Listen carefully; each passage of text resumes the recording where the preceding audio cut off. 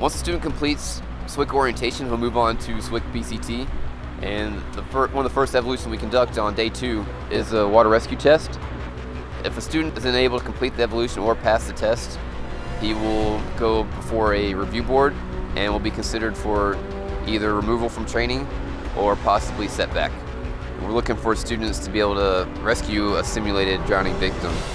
Real world application is someone gets thrown off a boat or knocked unconscious, and we need to be able to perform a rescue in the open ocean. The technique starts by executing a stride jump and entering the water. The student will then rescue crawl stroke to the simulated drowning victim. At that time, they will assess their victim and do what we call the head escape method. The victim will try and use them as a buoy.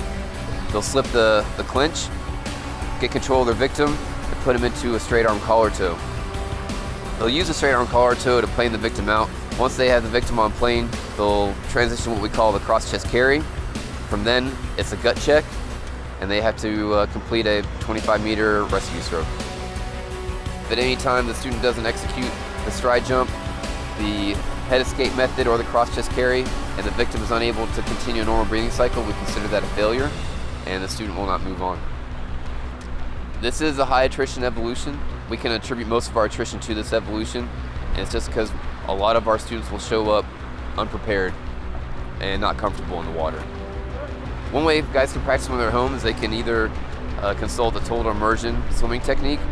So any lifeguard videos they can watch, techniques, the total immersion swimming techniques, we rely heavily on that as part of our teaching method. So if you can find swim coaches, lifeguarding, any of those things in your local area will benefit.